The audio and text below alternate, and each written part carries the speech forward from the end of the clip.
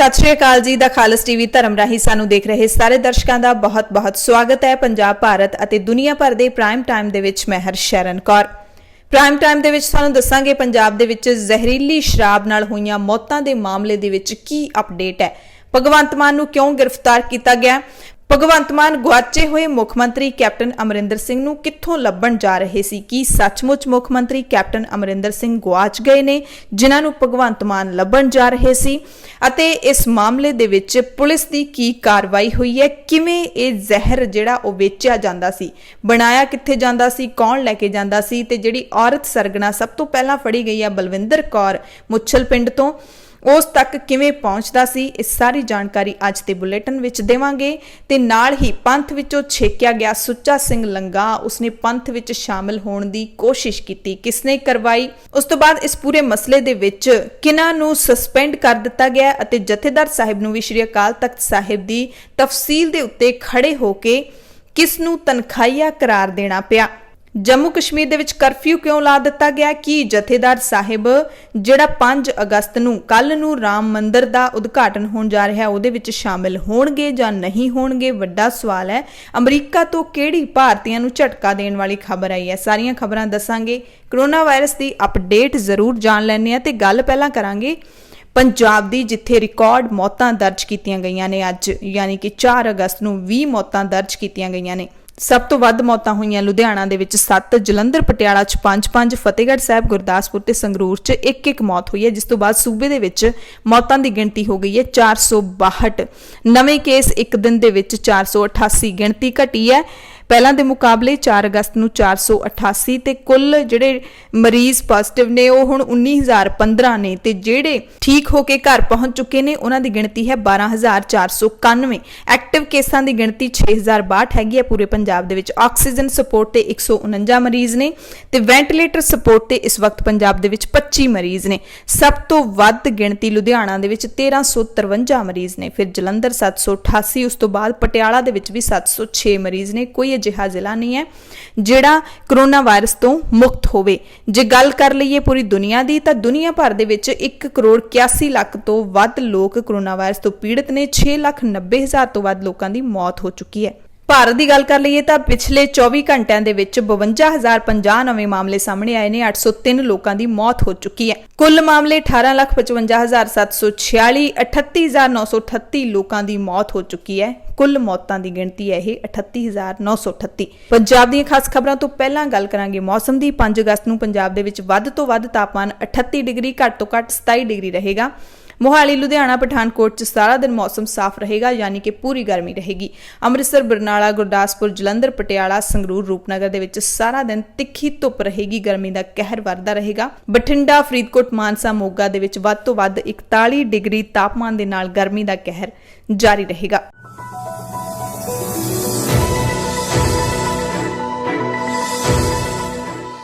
पंजाब ਦੀਆਂ खबरां ਦੇ ਵਿਸਥਾਰ ਦੇ ਵਿੱਚ ਸਭ ਤੋਂ ਪਹਿਲਾਂ ਤੁਹਾਡੇ ਸਭ ਦੇ ਲਈ ਇੱਕ ਸਵਾਲ ਹੈ ਕਿ ਰਾਮ ਮੰਦਿਰ ਦੇ ਭੂਮੀ ਪੂਜਨ ਦੇ ਵਿੱਚ ਸ਼੍ਰੀ ਅਕਾਲ ਤਖਤ ਸਾਹਿਬ ਦੇ ਜਥੇਦਾਰ ਜਾਣਗੇ ਜਾਂ ਨਹੀਂ।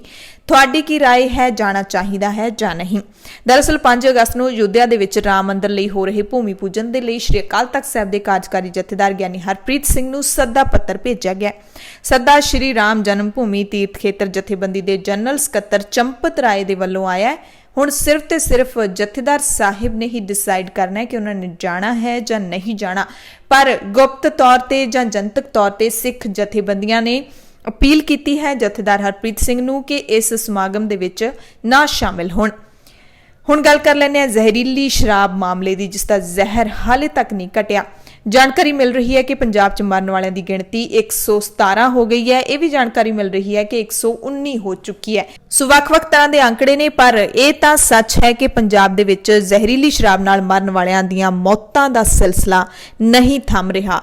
29 जुलाई तो लैके 4 अगस्त हो चुकी है। मौतां दा सिलसिला लगातार जारी है ते पंजाब दे मुख मंत्री कैप्टन अमरिंदर सिंह ने दुख दा प्रगटावा कीता इन्हां सारियां मौतां दे उत्ते ਅਤੇ ਕਿਹਾ ਕਿ 111 ਲੋਕਾਂ ਦੀ मौत नहीं कतल किए गए ने, इन्हां सारिਆਂ ਦੇ खून होए ने। यह कहा कैप्टन साहब ने, क्योंकि जो उन्होंने ट्वीट किया उदों तक 111 लोगों की मौत हुई सी। सो उन्होंने गिणती 111 दसी है। ਇਹ ਵੀ ਕਿਹਾ ਕਿ ਸਖਤੀ ਦੇ ਨਾਲ ਪੰਜਾਬ ਪੁਲਿਸ ਤੇ ਆਬਕਾਰੀ ਵਿਭਾਗ 2 ਦਿਨਾਂ ਦੇ ਅੰਦਰ ਅੰਦਰ ਦੋਸ਼ੀਆਂ ਨੂੰ ਫੜੇ ਇਹ ਹੁਕਮ ਜਾਰੀ ਕੀਤੇ ਨੇ ਸੀਐਮ ਅਮਰਿੰਦਰ ਸਿੰਘ ਨੇ। ਉਹਨਾਂ ਨੇ ਕਿਹਾ ਕਿ ਜ਼ਹਿਰੀਲੀ ਸ਼ਰਾਬ ਦੇ ਨਾਲ ਸੰਬੰਧਿਤ ਜਿਹੜਾ ਵੀ ਦੋਸ਼ੀ ਪਾਇਆ ਗਿਆ, ਚਾਹੇ ਉਹ ਸਾਡੇ ਸਰਕਾਰੀ ਮਹਿਕਮੇ ਨਾਲ ਸੰਬੰਧਿਤ ਹੋਏ ਜਾਂ ਫਿਰ ਕੋਈ ਸਿਆਸਤਦਾਨ ਹੋਵੇ, ਕਿਸੇ ਨੂੰ ਵੀ ਬਖਸ਼ਿਆ ਨਹੀਂ ਜਾਵੇਗਾ। ਕੱਲੇ ਨੂੰ ਮੈਂ ਸਜ਼ਾ ਦਿਆਂਗਾ। ਕੈਪਟਨ ਨੇ ਕਿਹਾ ਜਦੋਂ ਤੱਕ ਸਾਡੀ ਸਰਕਾਰ ਰਹੇਗੀ ਅਸੀਂ ਸ਼ਰਾਬ ਮਾਫੀਆ ਨੂੰ ਖਤਮ ਕਰਕੇ ਛੱਡਾਂਗੇ। ਇਹ ਜਿਹੜਾ ਬਿਆਨ ਹੈਗਾ ਇੱਕ ਪੈਟ ਡਾਇਲੌਗ ਬਣ ਚੁੱਕਿਆ ਸਿਆਸਤਦਾਨਾਂ ਦਾ ਕਿ ਜਦੋਂ ਤੱਕ ਸਾਡੀ ਸਰਕਾਰ ਰਹੇਗੀ ਜਾਂ ਫਿਰ ਜੇ ਸਾਡੀ ਸਰਕਾਰ ਆਏਗੀ ਅਸੀਂ ਨਸ਼ਾ ਖਤਮ ਕਰ ਦਿਆਂਗੇ, ਇਸ ਦੀ ਜੜ ਵੱਢ ਦਿਆਂਗੇ।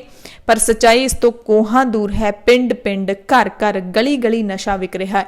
ਚਿੱਟੇ ਦਾ ਨਸ਼ਾ, ਜ਼ਹਿਰੀਲੀ ਸ਼ਰਾਬ ਵਿਕ ਰਹੀ ਹੈ ਤੇ ਪੰਜਾਬ ਦੇ ਨੌਜਵਾਨ ਲਗਾਤਾਰ ਮਰ ਰਹੇ ਨੇ। ਪੰਜਾਬ ਦੇ ਗੱਭਰੂ ਜਵਾਨ ਜਿਹੜੇ ਕਦੇ ਜਾਣੇ ਜਾਂਦੇ ਸੀ ਆਪਣੇ ਜੁੱਸਿਆਂ ਕਰਕੇ, ਆਪਣੀ ਸਿਹਤ ਕਰਕੇ ਤੇ ਆਪਣੀ ਸੁਰਬੀਰਤਾ ਕਰਕੇ, ਉਹ ਨੌਜਵਾਨ ਪੰਜਾਬ ਦੇ ਨੇ ਜਿਹੜੇ, ਉਹ ਤੁਸੀਂ ਦੇਖ ਸਕਦੇ ਹੋ ਕਿ ਕਿਵੇਂ ਜ਼ਿਆਦਾਤਰ ਨੌਜਵਾਨ ਜਿਹੜੇ ਨਸ਼ਿਆਂ ਦੀ ਚਪੇਟ ਦੇ ਵਿੱਚ ਆ ਜਾਂਦੇ ਨੇ, ਉਹਨਾਂ ਦੇ ਸਰੀਰ ਸੁੱਕ ਕੇ ਬਿਲਕੁਲ ਤੀਲਾ ਬਣ ਜਾਂਦੇ ਨੇ। ਉਹਨਾਂ ਦੇ ਨਾ ਚਿਹਰੇ ਤੇ ਕੋਈ ਰੌਣਕ ਹੁੰਦੀ ਹੈ, ਅੱਖਾਂ ਅੰਦਰ ਧੱਸੀਆਂ ਹੁੰਦੀਆਂ ਨੇ, ਨਾ ਉਹਨਾਂ ਨੇ ਕੋਈ ਚੱਜ ਦਾ ਕੰਮ ਕਰਨਾ ਹੁੰਦਾ, ਮਾਵਾਂ ਉਹਨਾਂ ਦੀਆਂ ਰੋਂਦੀਆਂ ਹੁੰਦੀਆਂ ਨੇ। ਤੇ ਇਹ ਹੁੰਦੀ ਸਿਆਸਤਦਾਨਾਂ ਦੀ ਹੀ ਦੇਣ ਹੈ, ਸਰਕਾਰਾਂ ਦੀ ਹੀ ਦੇਣ ਹੁੰਦੀ ਹੈ। ਸਰਕਾਰ ਚਾਹੇ ਤਾਂ ਆਪਣੇ ਸੂਬੇ ਨੂੰ ਸੋਨੇ ਵਰਗਾ ਬਣਾ ਸਕਦੀ ਹੈ ਤੇ ਪਰ ਇਹ ਸਰਕਾਰਾਂ ਨੇ ਜਿਹੜੀਆਂ ਉਹ ਆਪਣੇ ਘਰ ਨੂੰ ਹੀ ਸੋਨੇ ਵਰਗਾ ਬਣਾਉਂਦੀਆਂ ਨੇ, ਪਰ ਸੂਬੇ ਦੇ ਲੋਕਾਂ ਦਾ ਕੋਈ ਧਿਆਨ ਨਹੀਂ ਰੱਖਿਆ ਜਾਂਦਾ। ਤੇ ਹੁਣ ਜ਼ਹਿਰੀਲੀ ਸ਼ਰਾਬ ਵਾਲੇ ਮਸਲੇ ਤੇ ਕਾਂਗਰਸ ਦੇ ਵਿੱਚ ਵੀ ਫੁੱਟ ਹੈ ਜਿਹੜੀ ਉਹ ਪੈ ਰਹੀ ਹੈ। ਕਾਂਗਰਸੀ ਸੰਸਦ ਮੈਂਬਰ ਪ੍ਰਤਾਪ ਸਿੰਘ ਬਾਜਵਾ ਤੇ ਸ਼ਮਸ਼ੇਰ ਸਿੰਘ ਦੂਲੋ, ਇਹਨਾਂ ਨੇ ਪੰਜਾਬ ਦੇ ਵਿੱਚ ਆਪਣੀ ਹੀ ਪਾਰਟੀ ਦੀ ਕਾਂਗਰਸ ਸਰਕਾਰ ਦੇ ਖਿਲਾਫ ਝੰਡਾ ਚੁੱਕ ਲਿਆ। ਜਿਸ ਤੋਂ ਬਾਅਦ ਪੰਜਾਬ ਕਾਂਗਰਸ ਦੇ ਪ੍ਰਧਾਨ ਸੁਨੀਲ ਜਾਖੜ ਨੇ ਇਸ ਦਾ ਸਖਤ ਨੋਟਿਸ ਲਿਆ ਕਿ ਦੋਵੇਂ ਸੰਸਦ ਮੈਂਬਰਾਂ ਨੇ ਪਾਰਟੀ ਦਾ ਅਨੁਸ਼ਾਸਨ ਭੰਗ ਕੀਤਾ ਤੇ ਉਹਨਾਂ ਨੇ ਅਨੁਸ਼ਾਸਨੀ ਕਾਰਵਾਈ ਦੇ ਲਈ ਕਾਂਗਰਸ ਪ੍ਰਧਾਨ ਸੋਨੀਆ ਗਾਂਧੀ ਨੂੰ ਚਿੱਠੀ ਲਿਖਣ ਦੀ ਧਮਕੀ ਦੇ ਦਿੱਤੀ ਹੈ। ਦੋਵੇਂ ਸੰਸਦ ਮੈਂਬਰਾਂ ਨੇ ਸ਼ਰਾਬ ਮਾਫੀਆ ਦੀ ਜਾਂਚ ਕੇਂਦਰੀ ਜਾਂਚ ਏਜੰਸੀ ਤੋਂ ਮੰਗੀ ਹੈ ਅਤੇ ਪੰਜਾਬ ਸਰਕਾਰ ਤੇ ਕੋਈ ਭਰੋਸਾ ਨਾ ਹੋਣ ਦੀ ਗੱਲ ਆਖੀ ਹੈ। ਜ਼ਾਹਿਰ ਤੌਰ ਤੇ ਪੰਜਾਬ ਸਰਕਾਰ ਨੂੰ ਮਿਰਚਾਂ ਤਾਂ ਲੱਗਣਗੀਆਂ ਹੀ ਕਿ ਉਹਨਾਂ ਦੀ ਪਾਰਟੀ ਦੇ ਜਿਹੜੇ ਸੰਸਦ ਨੇ ਉਹ ਆਪਣੀ ਪਾਰਟੀ ਦੇ ਖਿਲਾਫ ਹੀ ਬੋਲ ਰਹੇ ਨੇ।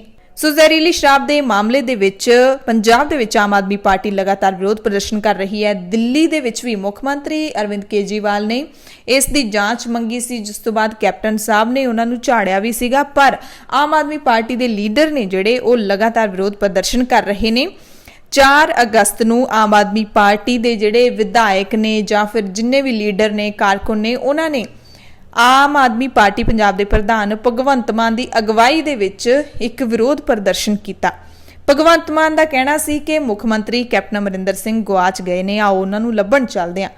ਕੈਪਟਨ ਅਮਰਿੰਦਰ ਸਿੰਘ ਨੂੰ ਲੱਭਣ ਉਹਨਾਂ ਦੇ ਫਾਰਮ ਹਾਊਸ ਵੱਲ ਜਾ ਰਹੇ ਸੀ ਤਾਂ ਆਮ ਆਦਮੀ ਪਾਰਟੀ ਪੰਜਾਬ ਦੇ ਪ੍ਰਧਾਨ ਤੇ ਐਮਪੀ ਭਗਵੰਤ ਮਾਨ ਤੇ ਉਹਨਾਂ ਦੇ ਨਾਲ ਜਿੰਨੇ ਵੀ ਵਿਧਾਇਕ ਸੀ, ਲੀਡਰ ਸੀ, ਉਹਨਾਂ ਨੂੰ ਮੋਹਾਲੀ ਪੁਲਿਸ ਨੇ ਮੁੱਲਾਂਪੁਰ ਗਰੀਬਦਾਸ ਬੈਰੀਅਰ ਤੋਂ ਪਹਿਲਾਂ ਹੀ ਗ੍ਰਿਫਤਾਰ ਕਰ ਲਿਆ। ਭਗਵੰਤ ਮਾਨ ਤੇ ਸਾਥੀ 11 ਵਿਧਾਇਕ ਤੇ ਹੋਰ ਪਾਰਟੀ ਦੇ ਲੀਡਰ ਤੇ ਵਲੰਟੀਅਰ ਸ਼ਿਵਾਲਿਕ ਦੀਆਂ ਪਹਾੜੀਆਂ ਵਿੱਚ ਸਥਿਤ ਮੁੱਖ ਮੰਤਰੀ ਕੈਪਟਨ ਅਮਰਿੰਦਰ ਸਿੰਘ ਦੇ ਸਿਸਵਾ ਫਾਰਮ ਹਾਊਸ ਦੇ ਵੱਲ ਕੂਚ ਕਰ ਰਹੇ ਸੀ ਤੇ ਡੀਐਸਪੀ ਅਮਰੋਜ ਸਿੰਘ ਦੀ ਅਗਵਾਈ ਹੇਠ ਪੁਲਿਸ ਨੇ ਇਹਨਾਂ ਨੂੰ ਪਹਿਲਾਂ ਹੀ ਰੋਕ ਲਿਆ, ਜਿਸ ਤੋਂ ਬਾਅਦ ਇਸ ਸੜਕ ਦੇ ਉੱਤੇ ਹੀ ਧਰਨਾ ਲਾ ਕੇ ਬੈਠ ਗਏ। ਕੈਪਟਨ ਸਾਹਿਬ ਬਾਹਰ ਆਓ, ਪੰਜਾਬ ਸਰਕਾਰ ਮੁਰਦਾਬਾਦ ਦੇ ਨਾਅਰੇ ਲਾਏ। ਬਾਅਦ ਵਿੱਚ ਪ੍ਰਦਰਸ਼ਨਕਾਰੀਆਂ ਨੂੰ ਪੁਲਿਸ ਨੇ ਇਹਨਾਂ ਨੂੰ ਸਾਰਿਆਂ ਨੂੰ ਹਿਰਾਸਤ ਵਿੱਚ ਲੈ ਲਿਆ ਤੇ ਸਾਰਿਆਂ ਨੂੰ ਬੱਸ 'ਚ ਬਿਠਾ ਕੇ ਲੈ ਗਈ। ਤੇ ਪਟਿਆਲਾ ਦੇ ਸਨੌਰ ਦੇ ਵਿੱਚ ਵੀ ਕੁਝ ਅਜਿਹਾ ਹੀ ਵਾਪਰਿਆ। ਇੱਥੇ ਵੀ ਆਮ ਆਦਮੀ ਪਾਰਟੀ ਦੇ ਵਰਕਰ, ਵਿਧਾਇਕ ਤੇ ਆਗੂ ਘਨੌਰ ਦੇ ਵਿਧਾਇਕ ਮਦਨ ਲਾਲ ਜਲਾਲਪੁਰ ਦੇ ਹਲਕਾ ਸਨੌਰ ਦੇ ਪਿੰਡ ਜਲਾਲਪੁਰ ਦੇ ਵੱਲ ਉਹਨਾਂ ਦੀ ਰਿਹਾਇਸ਼ ਹੈ ਜਿੱਥੇ, ਉੱਥੇ ਮਾਰਚ ਕਰ ਰਹੇ ਸੀ। ਉੱਥੋਂ ਤੱਕ ਉਹਨਾਂ ਨੇ ਕੂਚ ਕੀਤਾ ਤੇ ਜਦੋਂ ਬਹਾਦਰਗੜ੍ਹ ਵਿਖੇ ਇਕੱਠੇ ਹੋਏ ਵਰਕਰਾਂ ਨੇ ਕੋਠੀ ਦੇ ਘਿਰਾਓ ਲਈ ਜਲਾਲਪੁਰ ਪਿੰਡ ਵੱਲ ਚਾਲੇ ਪਾਏ ਤਾਂ ਪੁਲਿਸ ਨੇ ਬਹਾਦਰਗੜ੍ਹ ਸਥਿਤ ਕਮਾਂਡੋ ਕੰਪਲੈਕਸ ਦੇ ਨੇੜਿਓਂ ਕਈ ਵਰਕਰਾਂ ਨੂੰ ਹਿਰਾਸਤ ਵਿੱਚ ਲੈ ਲਿਆ ਤੇ ਸ਼ਾਮ 4 ਵਜੇ ਰਿਹਾ ਕਰ ਦਿੱਤਾ ਸੀ। ਇਹਨਾਂ ਦੀ ਵੀ ਇਹੀ ਮੰਗ ਹੈ ਕਿ ਜਿਹੜਾ ਵਿਧਾਇਕ ਹੈ ਮਦਨ ਲਾਲ ਜਲਾਲਪੁਰ ਉਹ ਅਸਤੀਫਾ ਦੇਵੇ, ਮਾਮਲੇ ਦੀ ਜਾਂਚ ਸੀਬੀਆਈ ਜਾਂ ਸੁਪਰੀਮ ਕੋਰਟ ਦੇ ਜੱਜ ਤੋਂ ਕਰਵਾਈ ਜਾਵੇ। ਇਸੇ ਮਸਲੇ ਦੇ ਵਿੱਚ ਹੋਰ ਅਪਡੇਟ ਦੱਸ ਦਈਏ ਕਿ ਲੁਧਿਆਣਾ ਦੇ ਵਿੱਚ ਪੁਲਿਸ ਨੇ ਛਾਪੇਮਾਰੀ ਕੀਤੀ। ਇੱਥੇ ਪਿੰਡ ਲਾਡੋਵਾਲ ਦੇ ਇਲਾਕੇ ਦੇ ਵਿੱਚ ਸਤਲੁਜ ਦਰਿਆ ਦੇ ਜੰਗਲ ਦੇ ਵਿੱਚ 50,000 ਲੀਟਰ ਲਾਣ ਨੂੰ ਬਰਾਮਦ ਕਰਕੇ ਉਸ ਨੂੰ ਬਰਬਾਦ ਕਰ ਦਿੱਤਾ। ਸ਼ਰਾਬ ਦੀਆਂ ਭੱਠੀਆਂ ਸਮੇਤ ਡਰਾਮੀਆਂ ਵੀ ਬਰਾਮਦ ਕਰ ਦਿੱਤੀਆਂ। ਪਿਛਲੇ 2 ਦਿਨਾਂ ਦੇ ਅੰਦਰ ਲੁਧਿਆਣਾ ਪੁਲਿਸ ਨੇ 2.5 ਲੱਖ ਦੇ ਕਰੀਬ ਲਾਣ ਨੂੰ ਬਰਾਮਦ ਕਰਕੇ ਉਸ ਨੂੰ ਬਰਬਾਦ ਕਰਨ ਦਾ ਦਾਅਵਾ ਕੀਤਾ ਹੈ। ਇੱਕ ਹੋਰ ਖੁਲਾਸਾ ਵੀ ਹੋਇਆ ਹੈ ਕਿ ਜ਼ਹਿਰੀਲੀ ਸ਼ਰਾਬ ਲੁਧਿਆਣਾ ਤੋਂ ਮੋਗਾ ਹੋ ਕੇ ਤਰਨਤਾਰਨ ਪਹੁੰਚਾਈ ਜਾ ਰਹੀ ਸੀ। ਪੁਲਿਸ ਨੇ ਲੁਧਿਆਣਾ ਤੋਂ ਰਵਿੰਦਰ ਨਾਂ ਦੇ ਮੁਲਜ਼ਮ ਵਪਾਰੀ ਸਣੇ 12 ਹੋਰ ਲੋਕਾਂ ਨੂੰ ਗ੍ਰਿਫਤਾਰ ਕੀਤਾ ਹੈ। 8 ਲੋਕਾਂ ਦੀ ਭਾਲ ਜਾਰੀ ਹੈ ਤੇ ਇਹਨਾਂ ਸਾਰੇ ਲੋਕਾਂ ਦੇ ਵੱਲੋਂ ਸ਼ਰਾਬ ਵਿੱਚ ਮਿਲਾਵਟ ਕਰਕੇ ਤਰਨਤਾਰਨ ਦੇ ਵਿੱਚ ਹਰਜੀਤ ਨਾਂ ਦੇ ਵਿਅਕਤੀ ਨੂੰ ਪਹੁੰਚਾਈ ਜਾ ਰਹੀ ਸੀ, ਜਿਹੜਾ ਕਿ ਬਾਅਦ ਵਿੱਚ ਉਹਦੇ 'ਚ ਹੋਰ ਮਿਲਾਵਟ ਕਰਕੇ ਬਲਵਿੰਦਰ ਕੌਰ ਨਾਂ ਦੀ ਔਰਤ ਨੂੰ ਵੇਚ ਰਿਹਾ ਸੀ। ਪੁਲਿਸ ਨੇ ਹੁਣ ਤੱਕ 519 ਲੋਕਾਂ ਦੇ ਖਿਲਾਫ ਆਬਕਾਰੀ ਐਕਟ ਦੇ ਤਹਿਤ ਪਰਚੇ ਦਰਜ ਕੀਤੇ ਨੇ ਤੇ ਇਹ ਵੀ ਦਾਅਵਾ ਕੀਤਾ ਹੈ ਕਿ ਜਲਦ ਹੀ ਜਿਹੜੇ ਅਸਲੀ ਦੋਸ਼ੀ ਨੇ ਉਹਨਾਂ ਨੂੰ ਗ੍ਰਿਫਤਾਰ ਕਰ ਲਿਆ ਜਾਏਗਾ। ਦ ਟ੍ਰਿਬਿਊਨ ਦੇ ਵਿੱਚ ਇੱਕ ਹੋਰ ਵੀ ਖਬਰ ਛਪੀ ਹੈ ਕਿ ਇੱਕ ਸ਼ਰਾਬ ਦੇ ਠੇਕੇਦਾਰ ਦੇ ਨਾਲ ਉਹਨਾਂ ਦੇ ਪੱਤਰਕਾਰ ਦੀ ਗੱਲਬਾਤ ਹੋਈ ਹੈ, ਜਿਸ ਨੇ ਦੱਸਿਆ ਕਿ ਘਨੌਰ ਤੇ ਰਾਜਪੁਰਾ ਦੇ ਵਿੱਚ ਡਿਸਟਿਲਰੀ ਤੇ ਟਰੱਕਾਂ ਵਾਲੇ ਮੋਢੀ ਨੇ ਇਸ ਕੰਮ ਦੇ ਵਿੱਚ ਤੇ ਇਹਨਾਂ ਨੂੰ ਸਿਆਸੀ ਥਾਪੜਾ ਹਾਸਲ ਹੈ। ਟਰੱਕਾਂ ਵਾਲਿਆਂ ਨੂੰ ਇਸ ਕੰਮ ਲਈ ਕੋਈ ਤਨਖਾਹ ਨਹੀਂ ਮਿਲਦੀ ਕਿਉਂਕਿ ਇਹਨਾਂ ਦੀ ਟਰੱਕ ਮਾਲਕਾਂ ਦੇ ਨਾਲ ਅਜਿਹੀ ਅੰਡਰਸਟੈਂਡਿੰਗ ਹੈ ਕਿ ਇਹ ਹਰ ਚੱਕਰ ਦੇ ਵਿੱਚ ਇੱਕ ਡਰਮ ਭਰ ਕੇ ਲਿਆਉਣਗੇ। ਇਸ ਤੋਂ ਬਾਅਦ ਦ ਟ੍ਰਿਬਿਊਨ ਦੀ ਇੱਕ ਪੁਲਿਸ ਅਫਸਰ ਦੇ ਨਾਲ ਗੱਲਬਾਤ ਹੋਈ। ਉਸ ਦੇ ਮੁਤਾਬਿਕ ਇਹ ਟਰੱਕ ਵਾਲੇ ਸ਼ਰਾਬ ਦਾ ਭਰਿਆ ਡਰਮ ਢਾਬੇ ਵਾਲਿਆਂ ਤੇ ਸਮਗਲਰਾਂ ਨੂੰ 1500 ਤੋਂ 2000 ਰੁਪਏ 'ਚ ਵੇਚਦੇ ਸੀ। ਸੋ ਇਸ ਖਬਰ ਦੇ ਮੁਤਾਬਿਕ ਹਾਈਵੇ ਦੇ ਉੱਤੇ ਬਣੇ ਢਾਬੇ, ਗੋਦਾਮ ਤੇ ਪਿੰਡਾਂ ਵਿੱਚ ਰਿਹਾਇਸ਼ੀ ਇਮਾਰਤਾਂ ਦੇ ਵਿੱਚ ਸ਼ਰਾਬ ਦਾ ਕਾਰੋਬਾਰ ਹੁੰਦਾ ਹੈ। ਕਹਿ ਸਕਦੇ ਹਾਂ ਕਿ ਲੋਕਾਂ ਦੀ ਜਾਨ ਦਾ ਸਮਾਨ ਹੈ ਜਿਹੜਾ ਉਹ ਤਿਆਰ ਕੀਤਾ ਜਾਂਦਾ ਹੈ। ਪੰਜਾਬ ਦੀਆਂ ਹੋਰ ਅਹਿਮ ਖਬਰਾਂ ਦੇ ਵਿੱਚੋਂ ਪੰਥ ਵਿੱਚੋਂ ਛੇਕੇ ਅਕਾਲੀ ਲੀਡਰ ਸੁੱਚਾ ਸਿੰਘ ਲੰਗਾਹ ਦੇ ਨਾਲ ਜੁੜੀ ਖਬਰ ਹੈ ਕਿ ਸੁੱਚਾ ਸਿੰਘ ਲੰਗਾਹ ਨੂੰ ਅੰਮ੍ਰਿਤ ਛਕਾ ਕੇ ਪੰਥ ਦੇ ਵਿੱਚ ਸ਼ਾਮਲ ਕਰਨ ਦੀ ਗਲਤੀ ਕਿਸਨੇ ਕੀਤੀ ਹੈ। ਇਹ ਜਦੋਂ ਗਲਤੀ ਹੋਈ ਤਾਂ ਐਸਜੀਪੀਸੀ ਨੇ ਗੁਰਦਾਸਪੁਰ ਜ਼ਿਲ੍ਹੇ ਦੇ ਪਿੰਡ ਗੜੀ ਗੁਰਦਾਸ ਨੰਗਲ ਦੇ ਇਤਿਹਾਸਿਕ ਗੁਰਦੁਆਰਾ ਬਾਬਾ ਬੰਦਾ ਸਿੰਘ ਬਹਾਦਰ ਦੇ 3 ਕਰਮਚਾਰੀ ਇੰਚਾਰਜ ਰਸ਼ਪਾਲ ਸਿੰਘ, ਗ੍ਰੰਥੀ ਖੁਸ਼ਵੰਤ ਸਿੰਘ ਅਤੇ ਕਥਾਵਾਚਕ ਭਾਈ ਹਰਮੀਤ ਸਿੰਘ ਨੂੰ ਡਿਊਟੀ ਵਿੱਚ ਕੁਤਾਹੀ ਵਰਤਣ ਦੇ ਦੋਸ਼ ਵਿੱਚ ਮੁਅੱਤਲ ਕਰ ਦਿੱਤਾ ਹੈ। ਇਹਨਾਂ ਤੇ ਇਲਜ਼ਾਮ ਲਾਇਆ ਗਿਆ ਕਿ ਇਹਨਾਂ ਨੇ ਗੁਰਦੁਆਰੇ ਵਿੱਚ ਹੋਏ ਇਸ ਸਮਾਗਮ ਅਤੇ ਲੰਗਾਹ ਦੀ ਮਾਫੀ ਬਾਰੇ ਕੋਈ ਜਾਣਕਾਰੀ ਨਹੀਂ ਦਿੱਤੀ।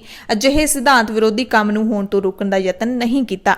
ਇਸ ਦੌਰਾਨ ਨਿਹੰਗ ਸਿੰਘ ਜਥੇਬੰਦੀ ਤਰਨਾ ਦਲ ਚੌਂਕ ਮਹਿਤਾ, ਜਿਨ੍ਹਾਂ ਦੇ 5 ਪਿਆਰਿਆਂ ਨੇ ਅੰਮ੍ਰਿਤਪਾਨ ਕਰਵਾਇਆ ਸੀ ਸੁੱਚਾ ਸਿੰਘ ਲੰਗਾਹ ਨੂੰ ਅਤੇ ਲੰਗਾਹ ਨੂੰ ਮਾਫੀ ਦਿੱਤੀ ਸੀ, ਇਹ ਅਸਲ ਦੇ ਵਿੱਚ ਦੋਸ਼ੀ ਮੰਨੇ ਗਏ ਨੇ ਕਿ ਇਹਨਾਂ ਦੇ ਦਿਸ਼ਾ ਨਿਰਦੇਸ਼ਾਂ ਦੇ ਵਿੱਚ ਸਾਰਾ ਕੁਝ ਹੋਇਆ। ਪਰ ਐਸਜੀਪੀਸੀ ਦੇ ਮੁਲਾਜ਼ਮ ਵੀ ਕਿਉਂ ਮੂਕ ਦਰਸ਼ਕ ਬਣ ਕੇ ਦੇਖਦੇ ਰਹੇ। ਦਰਅਸਲ ਐਸਜੀਪੀਸੀ ਦੇ ਪ੍ਰਬੰਧ ਹੇਠ ਆਉਂਦੇ ਇਸ ਇਤਿਹਾਸਿਕ ਗੁਰਦੁਆਰਾ ਬਾਬਾ ਬੰਦਾ ਸਿੰਘ ਬਹਾਦਰ ਦੇ ਵਿੱਚ 3 ਅਗਸਤ ਨੂੰ 5 ਪਿਆਰਿਆਂ ਨੇ ਸ਼੍ਰੀ ਅਕਾਲ ਤਖਤ ਸਾਹਿਬ ਤੋਂ ਛੇਕੇ ਸੁੱਚਾ ਸਿੰਘ ਲੰਗਾਹ ਨੂੰ ਮਾਫ ਕਰਕੇ ਉਸ ਨੂੰ ਅੰਮ੍ਰਿਤਪਾਨ ਕਰਵਾਇਆ ਤੇ ਗੁਰੂ ਪੰਥ ਵਿੱਚ ਸ਼ਾਮਲ ਕਰਨ ਦੀ ਕੋਸ਼ਿਸ਼ ਕੀਤੀ। ਜਿਸ ਤੋਂ ਬਾਅਦ ਇਹ ਖਬਰਾਂ ਮੀਡੀਆ ਦੇ ਵਿੱਚ ਆਈਆਂ, ਬਹੁਤ ਵਾਇਰਲ ਹੋਈਆਂ ਤਾਂ ਐਸਜੀਪੀਸੀ ਪ੍ਰਧਾਨ ਗੋਬਿੰਦ ਸਿੰਘ ਲੌਂਗੋਵਾਲ ਨੇ ਮਾਮਲੇ ਦੀ ਜਾਂਚ ਕਰਨ ਦੇ ਹੁਕਮ ਦੇ ਦਿੱਤੇ, ਜਿਸ ਤੋਂ ਬਾਅਦ 3 ਕਰਮਚਾਰੀਆਂ ਨੂੰ ਮੁਅੱਤਲ ਕਰ ਦਿੱਤਾ ਗਿਆ। ਸੁੱਚਾ ਸਿੰਘ ਲੰਗਾਹ ਨੇ ਕੀਤਾ ਕੀ ਸੀ ਜਿਹੜਾ ਕਿ ਇਸ ਨੂੰ ਪੰਥ ਦੇ ਵਿੱਚੋਂ ਛੇਕਿਆ ਗਿਆ। ਦੱਸ ਦਿੰਦੇ ਹਾਂ ਤੁਹਾਨੂੰ ਕਿ 2017 ਦੇ ਵਿੱਚ ਸੁੱਚਾ ਸਿੰਘ ਲੰਗਾਹ ਦੀ ਇੱਕ ਔਰਤ ਦੇ ਨਾਲ ਇਤਰਾਜ਼ਯੋਗ ਸਥਿਤੀ ਦੇ ਵਿੱਚ ਅਸ਼ਲੀਲ ਵੀਡੀਓ ਵਾਇਰਲ ਹੋਈ ਸੀ, ਜਿਸ ਤੋਂ ਬਾਅਦ ਸ਼੍ਰੀ ਅਕਾਲ ਤਖਤ ਸਾਹਿਬ ਨੇ ਪੰਥ ਚੋਂ ਛੇਕ ਦਿੱਤਾ ਸੀ ਤੇ ਸ਼੍ਰੋਮਣੀ ਅਕਾਲੀ ਦਲ ਨੇ ਉਸ ਨੂੰ ਆਪਣੀ ਪਾਰਟੀ ਦੇ ਵਿੱਚੋਂ ਕੱਢ ਦਿੱਤਾ ਸੀ। ਪੰਥ ਵਿੱਚੋਂ ਛੇਕੇ ਜਾਣ ਤੋਂ ਬਾਅਦ ਸ਼੍ਰੀ ਅਕਾਲ ਤਖਤ ਸਾਹਿਬ ਜਾ ਕੇ ਇਸਨੇ 3 ਵਾਰ ਮਾਫੀ ਵੀ ਮੰਗੀ, ਪਰ ਇਸ ਨੂੰ ਮਾਫ ਨਹੀਂ ਕੀਤਾ ਗਿਆ। ਜਿਸ ਤੋਂ ਬਾਅਦ 3 ਅਗਸਤ ਨੂੰ ਗੜੀ ਗੁਰਦਾਸ ਨੰਗਲ ਦੇ ਇਤਿਹਾਸਿਕ ਗੁਰਦੁਆਰਾ ਪਹੁੰਚਦਾ ਹੈ, ਆਪਣੇ ਪਰਿਵਾਰ ਸਮੇਤ 5 ਪਿਆਰਿਆਂ ਮੂਹਰੇ ਅਨੈਤਿਕ ਕੰਮ ਲਈ ਮਾਫੀ ਮੰਗੀ, ਮਾਫੀ ਵੀ ਮਿਲ ਗਈ ਤੇ ਅੰਮ੍ਰਿਤ ਵੀ ਛਕਾ ਦਿੱਤਾ ਗਿਆ। ਤੇ ਇਹ ਵੀ ਜਾਣਕਾਰੀ ਮਿਲੀ ਕਿ 5 ਪਿਆਰਿਆਂ ਨੇ ਇਸ ਨੂੰ 21 ਦਿਨਾਂ ਦੇ ਲਈ 1 ਘੰਟੇ ਲਈ ਗੁਰਦੁਆਰੇ ਦੇ ਵਿੱਚ ਸਫਾਈ ਕਰਨ ਦੀ ਤਨਖਾਹ ਯਾਨੀ ਕਿ ਧਾਰਮਿਕ ਸਜ਼ਾ ਵੀ ਲਾਈ ਸੀ। ਜਿਸ ਤੋਂ ਬਾਅਦ ਸ਼੍ਰੀ ਅਕਾਲ ਤਖਤ ਸਾਹਿਬ ਦੇ ਕਾਰਜਕਾਰੀ ਜਥੇਦਾਰ ਗਿਆਨੀ ਹਰਪ੍ਰੀਤ ਸਿੰਘ ਤੇ ਸਿੱਖ ਸੰਗਤ ਦਾ ਕਾਫੀ ਦਬਾਅ ਆਇਆ ਤਾਂ ਉਹਨਾਂ ਨੇ ਕਿਹਾ ਕਿ ਉਸ ਦੇ ਖਿਲਾਫ ਸਿੱਖ ਪੰਥ ਵਿੱਚੋਂ ਛੇਕਣ ਦਾ ਹੁਕਮ ਬਰਕਰਾਰ ਹੈ, ਪੰਥ ਦੇ ਵਿੱਚ ਸ਼ਾਮਲ ਨਹੀਂ ਕੀਤਾ ਜਾ ਸਕਦਾ। ਤੇ 4 ਅਗਸਤ ਨੂੰ ਸ਼੍ਰੀ ਅਕਾਲ ਤਖਤ ਸਾਹਿਬ ਵਿਖੇ ਸਾਰੇ ਸਿੰਘ ਸਾਹਿਬਾਨ ਇਕੱਤਰ ਹੋਏ ਤੇ ਕਾਰਜਕਾਰੀ ਜਥੇਦਾਰ ਗਿਆਨੀ ਹਰਪ੍ਰੀਤ ਸਿੰਘ ਨੇ ਪੰਥ ਵਿੱਚੋਂ ਛੇਕੇ ਗਏ ਸੁੱਚਾ ਸਿੰਘ ਲੰਗਾਹ ਨਾਲ ਮਿਲਵਰਤਨ ਰੱਖਣ ਦੇ ਦੋਸ਼ ਵਿੱਚ ਰਤਨ ਸਿੰਘ ਜਫਰਵਾਲ, ਜਿਹੜੇ ਕਿ ਸਾਬਕਾ ਮੈਂਬਰ ਨੇ ਧਰਮ ਪ੍ਰਚਾਰ ਕਮੇਟੀ ਦੇ, ਅਤੇ ਐਸਜੀਪੀਸੀ ਦੇ ਮੈਂਬਰ ਗੁਰਿੰਦਰਪਾਲ ਸਿੰਘ ਗੋਰਾ, ਇਹਨਾਂ ਨੂੰ ਤਨਖਾਹੀਆ ਕਰਾਰ ਦੇ ਦਿੱਤਾ ਹੈ ਕਿਉਂਕਿ ਇਹਨਾਂ ਨੇ ਸੁੱਚਾ ਸਿੰਘ ਲੰਗਾਹ ਦੇ ਨਾਲ ਮਿਲਵਰਤਨ ਰੱਖਿਆ। ਸਿਧਾਂਤਾਂ ਦੇ ਮੁਤਾਬਿਕ ਜਿਹੜਾ ਵੀ ਬੰਦਾ ਪੰਥ ਦੇ ਵਿੱਚੋਂ ਛੇਕਿਆ ਜਾਂਦਾ ਹੈ ਉਸ ਨਾਲ ਸਿੱਖ ਕੌਮ ਕੋਈ ਵੀ ਸੰਬੰਧ ਨਹੀਂ ਰੱਖ ਸਕਦੀ। ਇਹ ਆਦੇਸ਼ ਹੈ ਜਿਹੜਾ ਅਕਾਲ ਤਖਤ ਸਾਹਿਬ ਤੋਂ ਜਾਰੀ ਕੀਤਾ ਜਾਂਦਾ ਹੈ। ਜਥੇਦਾਰ ਹਰਪ੍ਰੀਤ ਸਿੰਘ ਨੇ ਐਸਜੀਪੀਸੀ ਨੂੰ ਵੀ ਆਦੇਸ਼ ਕੀਤਾ ਹੈ ਕਿ ਇਹਨਾਂ ਨੂੰ ਜਿੰਨੀਆਂ ਵੀ ਸਬ ਕਮੇਟੀਆਂ ਦੇ ਵਿੱਚ ਰੱਖਿਆ ਹੋਇਆ ਹੈ ਉਹਨਾਂ ਦੇ ਵਿੱਚੋਂ ਵੀ ਹਟਾਇਆ ਜਾਵੇ ਅਤੇ ਸੁੱਚਾ ਸਿੰਘ ਲੰਗਾਹ ਨਾਲ ਮਿਲਵਰਤਨ ਰੱਖਣ ਵਾਲੇ ਐਸਜੀਪੀਸੀ ਦੇ ਅਧਿਕਾਰੀਆਂ ਕਰਮਚਾਰੀਆਂ ਦੀ ਪੜਚੋਲ ਕਰਨ ਦੇ ਲਈ ਸਬ ਕਮੇਟੀ ਬਣਾ ਕੇ ਜਾਂਚ ਕੀਤੀ ਜਾਵੇ ਤੇ ਜਿਹੜੇ ਮਿਲਵਰਤਨ ਰੱਖਣ ਵਾਲੇ ਫੜੇ ਗਏ ਉਹਨਾਂ ਤੇ ਬਣਦੀ ਕਾਰਵਾਈ ਕੀਤੀ ਜਾਵੇ। ਹੁਣ ਗੱਲ ਕਰ ਲੈਂਦੇ ਆ ਉਹਨਾਂ ਪੰਜਾਬੀ ਗਾਇਕਾਂ ਦੀ ਜਿਹੜੇ ਕਿ ਗਨ ਕਲਚਰ ਪ੍ਰਮੋਟ ਕਰਦੇ ਨੇ। ਖਾਸ ਨਾਮ ਨੇ ਸਿੱਧੂ ਮੂਸੇਵਾਲਾ ਤੇ ਮਨਕੀਰਤ ਔਲਖ। ਇਹਨਾਂ ਦੋਵਾਂ ਦੇ ਖਿਲਾਫ ਮਾਨਸਾ ਦੇ ਵਿੱਚ ਪੁਲਿਸ ਥਾਣੇ ਦੇ ਵਿੱਚ ਕੇਸ ਦਰਜ ਹੋਇਆ ਸੀ। 14 ਜਨਵਰੀ 2020 ਨੂੰ ਇਹਨਾਂ ਨੇ ਇੱਕ ਵੀਡੀਓ ਪਾਈ ਸੀ ਜਿਸ ਤੇ ਇਤਰਾਜ਼ ਲੱਗਿਆ ਸੀ ਕਿ ਨਜਾਇਜ਼ ਹਥਿਆਰਾਂ ਦੀ ਵਰਤੋਂ ਕਰਨ ਤੇ ਅਪਰਾਧਾਂ ਨੂੰ ਉਤਸ਼ਾਹਿਤ ਕਰਨ ਦੀ ਕੋਸ਼ਿਸ਼ ਇਹਨਾਂ ਨੇ ਕੀਤੀ ਹੈ। YouTube ਤੇ ਇਹਨਾਂ ਨੇ ਵੀਡੀਓ ਅਪਲੋਡ ਕੀਤੀ ਸੀ। ਦੋਵਾਂ ਗਾਇਕਾਂ ਵੱਲੋਂ ਹਾਈ ਕੋਰਟ ਦੇ ਹੁਕਮਾਂ ਦੀ ਉਲੰਘਣਾ ਕਰਦੇ ਹੋਏ ਸ਼ਰੇਆਮ ਹਥਿਆਰਾਂ ਦੀ ਵਰਤੋਂ ਕੀਤੀ ਗਈ। ਪੁਲਿਸ ਨੇ ਇਹ ਕਿਹਾ ਤੇ ਆਰਟੀਆਈ ਐਕਟਿਵਿਸਟ ਕੁਲਦੀਪ ਸਿੰਘ ਖਹਿਰਾ ਨੇ ਦੋਵਾਂ ਗਾਇਕਾਂ ਖਿਲਾਫ ਕਾਰਵਾਈ ਕਰਨ ਦੀ ਮੰਗ ਕੀਤੀ, ਜਿਸ ਤੋਂ ਬਾਅਦ ਦੋਵਾਂ ਦੇ ਖਿਲਾਫ ਮਾਨਸਾ ਪੁਲਿਸ ਨੇ ਕੇਸ ਦਰਜ ਕੀਤਾ। ਕੁਝ ਦਿਨ ਪਹਿਲਾਂ ਸਿੱਧੂ ਮੂਸੇਵਾਲੇ ਦੀ ਜ਼ਮਾਨਤ ਹੋ ਚੁੱਕੀ ਹੈ, ਜਦਕਿ ਮਨਕੀਰਤ ਔਲਖ ਨੂੰ ਮਾਨਸਾ ਦੇ ਸਦਰ ਥਾਣੇ ਦੀ ਪੁਲਿਸ ਨੇ ਗ੍ਰਿਫਤਾਰ ਕਰ ਲਿਆ ਸੀ, ਪਰ ਉਸ ਨੂੰ ਵੀ ਜ਼ਮਾਨਤ ਤੇ ਰਿਹਾ ਕਰ ਦਿੱਤਾ ਗਿਆ। ਇਹਨਾਂ ਦੋਵਾਂ ਗਾਇਕਾਂ ਨੇ ਸਿੱਧੂ ਦੇ ਘਰ ਵਿੱਚ ਪੱਖੀਆਂ ਗਾਣੇ ਦੀ ਸ਼ੂਟਿੰਗ ਕੀਤੀ ਸੀ ਤੇ ਉਸ ਗਾਣੇ ਦੇ ਵਿੱਚ ਗਨ ਕਲਚਰ ਨੂੰ ਪ੍ਰਮੋਟ ਕਰਨ ਦੇ ਇਲਜ਼ਾਮ ਲੱਗੇ ਸੀ। ਭੁੱਲਾਥ ਤੋਂ ਵਿਧਾਇਕ ਸੁਖਪਾਲ ਸਿੰਘ ਖਹਿਰਾ ਨੇ ਮੁੱਖ ਮੰਤਰੀ ਕੈਪਟਨ ਅਮਰਿੰਦਰ ਸਿੰਘ ਨੂੰ ਚਿੱਠੀ ਲਿਖੀ ਹੈ। ਖਹਿਰਾ ਨੇ ਜ਼ਿਲ੍ਹਾ ਕਪੂਰਥਲਾ ਦੇ 4 ਵਿਧਾਨ ਸਭਾ ਹਲਕੇ ਭੁੱਲਾਥ, ਬੇਗੂਵਾਲ, ਨਡਾਲਾ ਤੇ ਢਿਲਵਾਂ ਦੇ ਵਿੱਚ ਹੋ ਰਹੀਆਂ ਨਗਰ ਪੰਚਾਇਤਾਂ ਦੇ ਨਾਲ ਹੋ ਰਹੇ ਪੱਖਪਾਤੀ ਰਵੱਈਏ ਦੀ ਜਾਣਕਾਰੀ ਦਿੱਤੀ। ਮੁੱਖ ਮੰਤਰੀ ਨੂੰ ਦਰਅਸਲ ਇਹ ਦੱਸਿਆ ਗਿਆ ਖਹਿਰਾ ਦੇ ਵੱਲੋਂ ਕਿ ਇਹ ਜਿਹੜੇ 4 ਵਿਧਾਨ ਸਭਾ ਹਲਕੇ ਨੇ ਇਹਨਾਂ ਦੇ ਨਾਲ ਸਰਕਾਰ ਦੇ ਵੱਲੋਂ ਪੱਖਪਾਤ ਕੀਤਾ ਜਾ ਰਿਹਾ ਹੈ। ਗ੍ਰਾਂਟ ਨਹੀਂ ਜਾਰੀ ਕੀਤੀ ਜਾ ਰਹੀ ਜਿਵੇਂ ਦੂਸਰਿਆਂ ਨੂੰ ਜਾਰੀ ਕੀਤੀ ਜਾਂਦੀ ਹੈ। ਕੰਮ ਵਿਕਾਸ ਦੇ ਜਿਹੜੇ ਉਹ ਖੜੇ ਨੇ।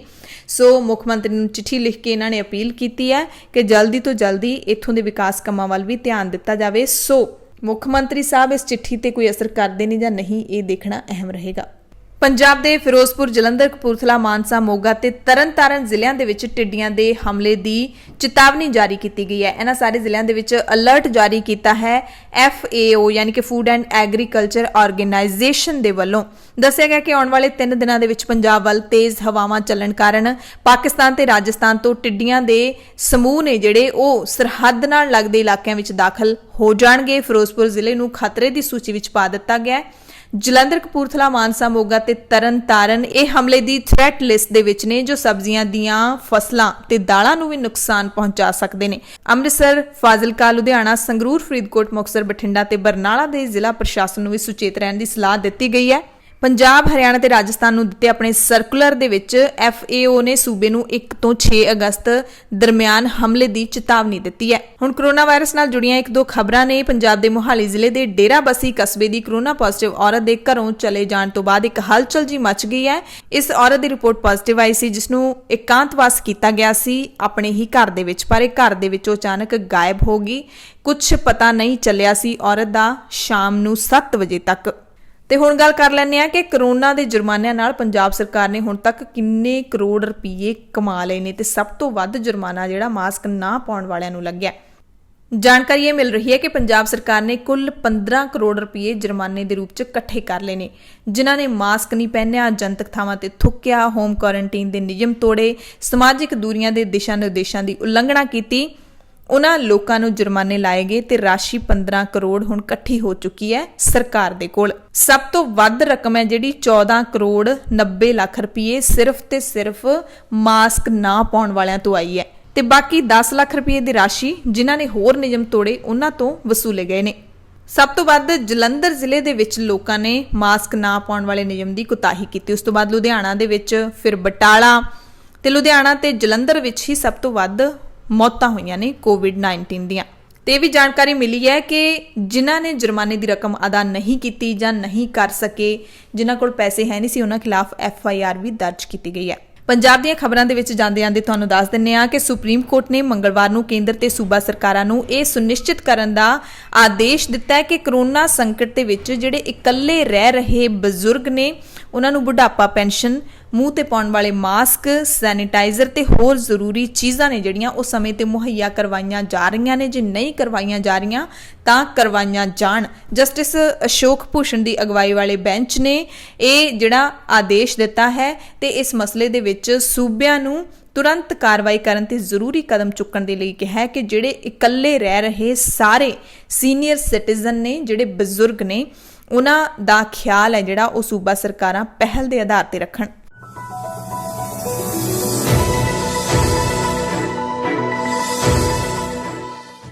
ਪੂਰੇ ਭਾਰਤ ਦੀਆਂ ਖਬਰਾਂ ਦੇ ਵਿੱਚ ਸਭ ਤੋਂ ਪਹਿਲਾਂ ਗੱਲ ਕਰਾਂਗੇ ਮੁਲਕ ਦੀ ਸਭ ਤੋਂ ਵੱਡੀ ਅਤੇ ਔਖੀ ਪ੍ਰੀਖਿਆ ਦੀ। UPSC 2019 ਦੇ ਨਤੀਜਿਆਂ ਦਾ ਐਲਾਨ ਕਰ ਦਿੱਤਾ ਗਿਆ ਤੇ ਹਰਿਆਣਾ ਦੇ ਪ੍ਰਦੀਪ ਸਿੰਘ ਨੇ ਬਾਜ਼ੀ ਮਾਰ ਲਈ ਹੈ। ਯਾਨੀ ਕਿ ਪ੍ਰਦੀਪ ਸਿੰਘ IAS ਪ੍ਰੀਖਿਆ ਦੇ ਟੌਪਰ ਰਹੇ ਨੇ। ਜਤਨ ਕਿਸ਼ੋਰ ਤੇ ਪ੍ਰਤਿਭਾ ਵਰਮਾ ਨੇ ਦੂਸਰਾ ਤੇ ਤੀਸਰਾ ਸਥਾਨ ਹਾਸਲ ਕੀਤਾ ਹੈ। UPSC 2019 ਦਾ ਨਤੀਜਾ www.upsc.gov.in ਤੇ ਦੇਖਿਆ ਜਾ ਸਕਦਾ ਹੈ।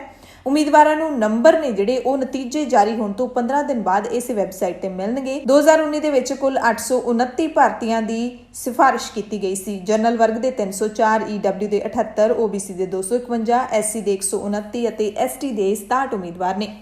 ਹੁਣ ਗੱਲ ਕਰਾਂਗੇ ਜੰਮੂ ਕਸ਼ਮੀਰ ਦੀ, ਜਿੱਥੇ 2019 5 ਅਗਸਤ ਨੂੰ ਵਿਸ਼ੇਸ਼ ਦਰਜਾ ਖਤਮ ਕੀਤਾ ਗਿਆ ਸੀ। ਇਸ ਸਟੇਟ ਦਾ ਕਹਿ ਸਕਦੇ ਹਾਂ ਕਿ ਖੁਦ ਮੁਖਤਿਆਰੀ ਹੈ ਜਿਹੜੀ ਉਹ ਖਤਮ ਕਰਕੇ ਸਰਕਾਰ ਨੇ ਇਸ ਨੂੰ ਭਾਰਤੀ ਸਟੇਟ ਦੇ ਵਿੱਚ ਮਿਲਾ ਲਿਆ ਸੀ। ਇੱਥੇ 2 UT ਬਣਾ ਦਿੱਤੀਆਂ ਗਈਆਂ ਸੀ, ਯਾਨੀ ਕਿ ਕੇਂਦਰ ਸ਼ਾਸਿਤ ਪ੍ਰਦੇਸ਼ ਬਣਾ ਦਿੱਤੇ ਗਏ ਸੀ ਜੰਮੂ ਤੇ ਕਸ਼ਮੀਰ ਦੇ। ਤੇ ਵਿਸ਼ੇਸ਼ ਦਰਜਾ ਖਤਮ ਕਰਨ ਦਾ 1 ਸਾਲ ਪੂਰਾ ਹੋਣ ਤੋਂ ਪਹਿਲਾਂ ਮੰਗਲਵਾਰ ਨੂੰ ਪੂਰੀ ਵਾਦੀ ਦੇ ਵਿੱਚ ਕਰਫਿਊ ਲਾ ਦਿੱਤਾ ਗਿਆ। 5 ਅਗਸਤ ਨੂੰ ਵੱਖਵਾਦੀਆਂ ਨੇ ਇੱਥੇ ਕਾਲਾ ਦਿਵਸ ਵਜੋਂ ਮਨਾਉਣ ਦਾ ਐਲਾਨ ਕੀਤਾ। ਹਾਲਾਂਕਿ ਮੀਡੀਆ ਦੇ ਵਿੱਚ ਵੱਖਵਾਦੀਆਂ ਦਾ ਨਾਂ ਦਿੱਤਾ ਜਾਂਦਾ ਹੈ, ਪਰ ਪੂਰੇ ਜੰਮੂ ਕਸ਼ਮੀਰ ਦੇ ਵਿੱਚ ਤਕਰੀਬਨ ਹਰ ਜਿਹੜਾ ਵਾਸੀ ਹੈ ਜੰਮੂ ਕਸ਼ਮੀਰ ਦਾ, ਉਹ ਦਿਲੋਂ ਇਸ ਦਿਨ ਨੂੰ ਕਾਲਾ ਦਿਵਸ ਮਨਾਉਣਾ ਚਾਹੁੰਦਾ ਹੈ। ਕੇਂਦਰ ਸ਼ਾਸਿਤ ਪ੍ਰਦੇਸ਼ ਦੇ ਵਿੱਚ ਹਿੰਸਾ ਨੂੰ ਰੋਕਣ ਲਈ ਕਰਫਿਊ ਲਾ ਦਿੱਤਾ ਗਿਆ।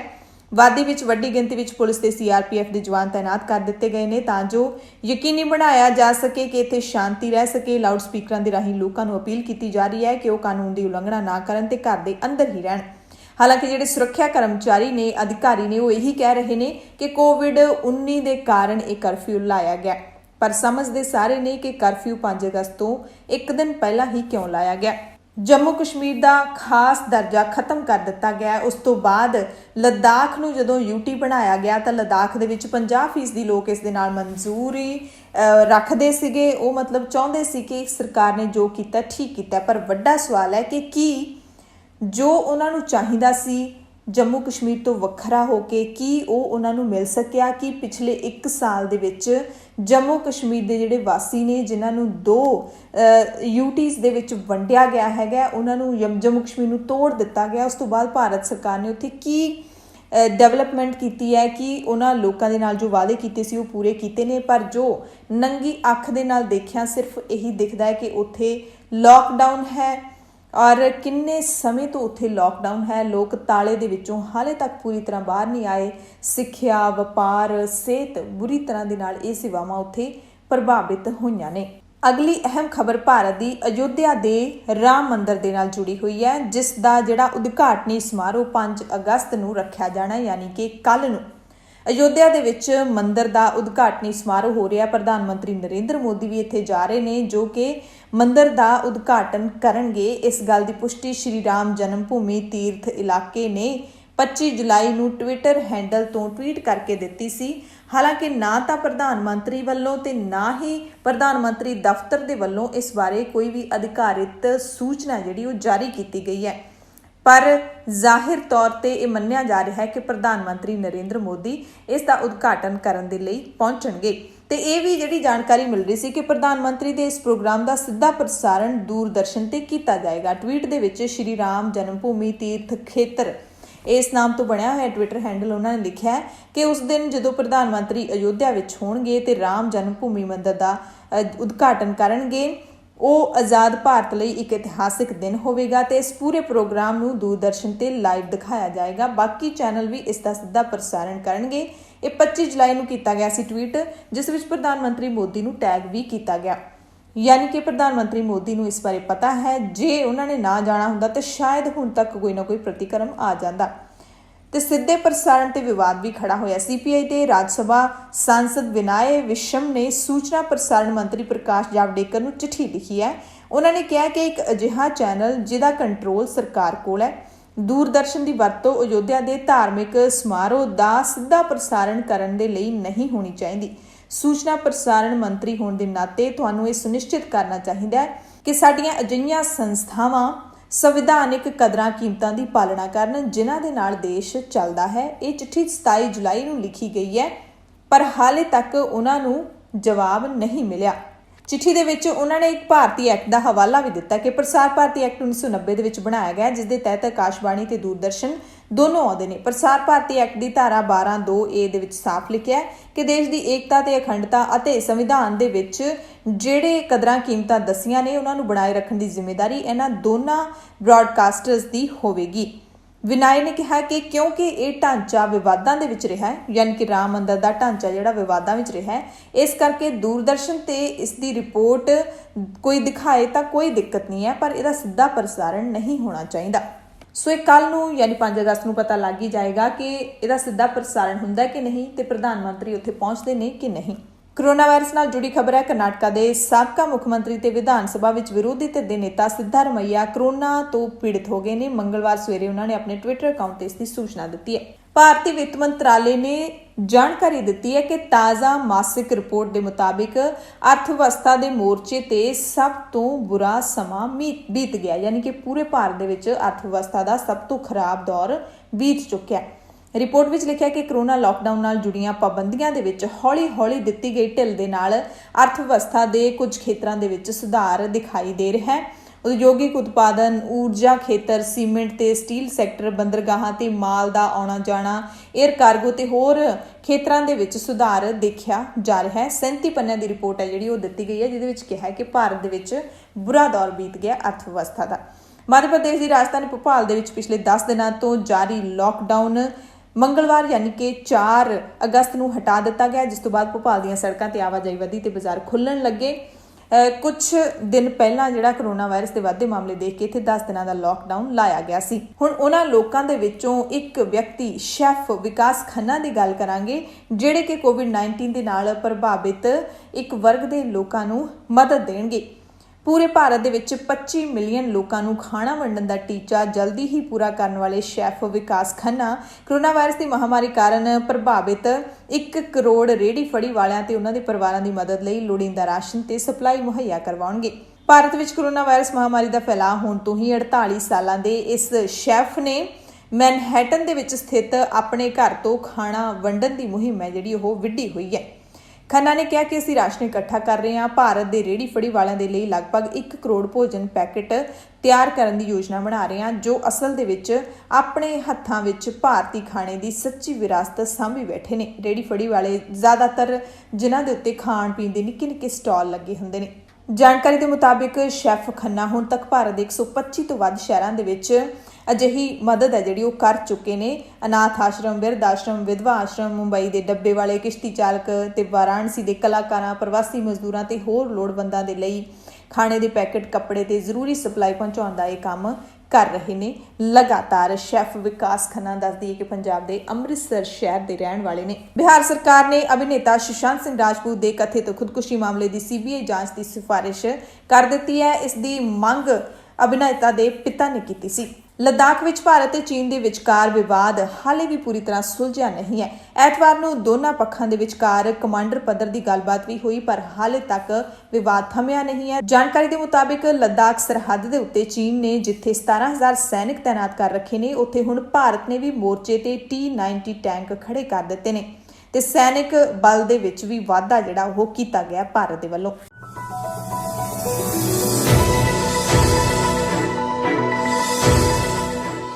ਪੂਰੀ ਦੁਨੀਆ ਦੀਆਂ ਖਬਰਾਂ ਦੇ ਵਿੱਚ ਸਭ ਤੋਂ ਪਹਿਲੀ ਖਬਰ ਅਮਰੀਕਾ ਤੋਂ ਹੈ, ਪਰ ਭਾਰਤੀਆਂ ਦੇ ਲਈ ਝਟਕੇ ਵਾਲੀ ਖਬਰ ਹੈ। ਅਮਰੀਕਾ ਦੇ ਵਿੱਚ ਨੌਕਰੀ ਕਰਨ ਦੇ ਇੱਛੁਕ ਭਾਰਤੀ IT ਪੇਸ਼ੇਵਰਾਂ ਨੂੰ ਵੱਡਾ ਝਟਕਾ ਦਿੰਦੇ ਹੋਏ ਰਾਸ਼ਟਰਪਤੀ ਡੋਨਾਲਡ ਟਰੰਪ ਨੇ ਸੰਘੀ ਏਜੰਸੀਆਂ ਨੂੰ ਵਿਦੇਸ਼ੀ ਕਾਮਿਆਂ, ਖਾਸ ਕਰਕੇ H-1B ਵੀਜ਼ਾ ਤੇ ਕੰਮ ਕਰਨ ਵਾਲਿਆਂ ਨੂੰ ਕੰਮ ਦੇਣ ਤੋਂ ਰੋਕਣ ਦੇ ਆਦੇਸ਼ ਤੇ ਸਾਈਨ ਕਰ ਦਿੱਤੇ ਨੇ। ਯਾਨੀ ਕਿ ਅਮਰੀਕਾ ਦੇ ਵਿੱਚ ਜਿਹੜੇ H-1B ਵੀਜ਼ਾ ਦੇ ਉੱਤੇ ਕੰਮ ਕਰ ਰਹੇ ਲੋਕ ਨੇ, ਉਹਨਾਂ ਨੂੰ ਕੰਮ ਦੇਣ ਤੇ ਰੋਕ ਲਾ ਦਿੱਤੀ ਗਈ ਹੈ। ਟਰੰਪ ਪ੍ਰਸ਼ਾਸਨ ਨੇ 23 ਜੂਨ ਨੂੰ H-1B ਵੀਜ਼ਾ ਦੇ ਨਾਲ ਹੋਰ ਅਹਿਮ ਵਿਦੇਸ਼ੀ ਵੀਜ਼ੇ ਇਸ ਸਾਲ ਦੇ ਅੰਤ ਤੱਕ ਮੁਲਤਵੀ ਕਰ ਦਿੱਤੇ ਸੀ।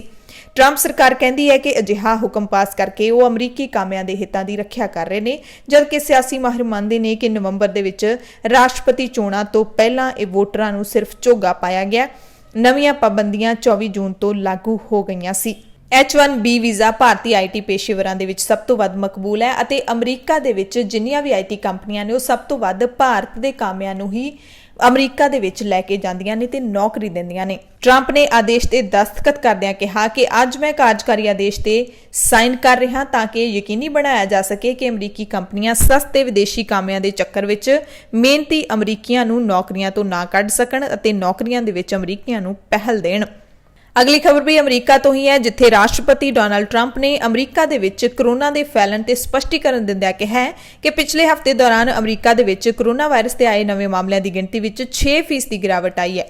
ਟਰੰਪ ਨੇ ਦਾਅਵਾ ਕੀਤਾ ਕਿ ਅਮਰੀਕਾ ਦੇ ਵਿੱਚ ਕੋਰੋਨਾ ਵਾਇਰਸ ਦਾ ਜ਼ੋਰ ਪਹਿਲਾਂ ਨਾਲੋਂ ਘਟ ਗਿਆ ਹੈ ਤੇ ਹੁਣ ਅਮਰੀਕਾ ਦੀ ਸਥਿਤੀ ਬਾਕੀ ਦੇਸ਼ਾਂ ਦੇ ਨਾਲੋਂ ਕਿਤੇ ਬਿਹਤਰ ਹੋ ਗਈ ਹੈ। ਪਰ ਟਰੰਪ ਦਾ ਇਹ ਬਿਆਨ ਉਸ ਵਕਤ ਆਇਆ ਜਦੋਂ ਅਮਰੀਕਾ ਦੇ ਵਿੱਚ ਮਰਨ ਵਾਲਿਆਂ ਦੀ ਗਿਣਤੀ 1,55,000 ਤੋਂ ਪਾਰ ਹੋ ਗਈ ਹੈ ਤੇ ਪ੍ਰਭਾਵਿਤ ਲੋਕਾਂ ਦੀ ਗਿਣਤੀ 47 ਲੱਖ ਤੋਂ ਪਾਰ ਪਹੁੰਚ ਗਈ ਹੈ, ਜੋ ਕਿ ਦੁਨੀਆ ਭਰ ਦੇ ਵਿੱਚ ਸਭ ਤੋਂ ਵੱਧ ਹੈ। ਆਸਟ੍ਰੇਲੀਆ ਤੋਂ ਖਬਰ ਹੈ, ਜਿੱਥੇ ਵਿਕਟੋਰੀਆ ਸੂਬੇ ਦੀ ਸਰਕਾਰ ਨੇ ਚੇਤਾਵਨੀ ਦਿੱਤੀ ਹੈ ਕਿ ਕੋਰੋਨਾ ਵਾਇਰਸ ਕਾਰਨ ਖੁਦ ਨੂੰ ਕੁਆਰੰਟਾਈਨ ਕਰਨ ਦੇ ਆਦੇਸ਼ ਦੀ ਉਲੰਘਣਾ ਕਰਨ ਵਾਲੇ ਲੋਕਾਂ ਦੇ ਖਿਲਾਫ ਸਖਤ ਜੁਰਮਾਨਾ ਲਾਇਆ ਜਾਏਗਾ। ਅਜਿਹੇ ਲੋਕ ਜਿਹੜੇ ਕਿ ਕੁਆਰੰਟਾਈਨ ਦੇ ਨਿਯਮਾਂ ਦੀ ਉਲੰਘਣਾ ਕਰਦੇ ਫੜੇ ਜਾਣਗੇ, ਉਹਨਾਂ ਤੇ ਲਗਭਗ $3,500 ਯਾਨੀ ਕਿ ਇੰਡੀਆ ਦੇ 2.5 ਲੱਖ ਰੁਪਏ ਤੋਂ ਜ਼ਿਆਦਾ ਦਾ ਫਾਈਨ ਉਹਨਾਂ ਨੂੰ ਦੇਣਾ ਪਵੇਗਾ। ਵਿਕਟੋਰੀਆ ਦੇ ਮੁਖੀ ਡੈਨੀਅਲ ਐਂਡਰਿਊਸ ਨੇ ਕਿਹਾ ਕਿ ਹੁਣ ਤੱਕ ਅਜਿਹੇ ਕਰੀਬ 800 ਮੌਕੇ ਆਏ ਨੇ ਜਦੋਂ ਇਹ ਪਾਇਆ ਗਿਆ ਕਿ ਜਿਨ੍ਹਾਂ ਲੋਕਾਂ ਨੂੰ ਘਰ ਦੇ ਵਿੱਚ ਹੋਣਾ ਚਾਹੀਦਾ ਸੀ, ਜਿਹੜੇ ਘਰ ਦੇ ਵਿੱਚ ਕੁਆਰੰਟਾਈਨ ਸੀਗੇ, ਉਹ ਘਰ ਦੇ ਵਿੱਚ ਨਹੀਂ ਸੀਗੇ। ਇਸ ਕਰਕੇ ਹੁਣ ਇਹ ਫੈਸਲਾ ਲਿਆ ਗਿਆ ਕਿ ਵੱਡਾ ਜੁਰਮਾਨਾ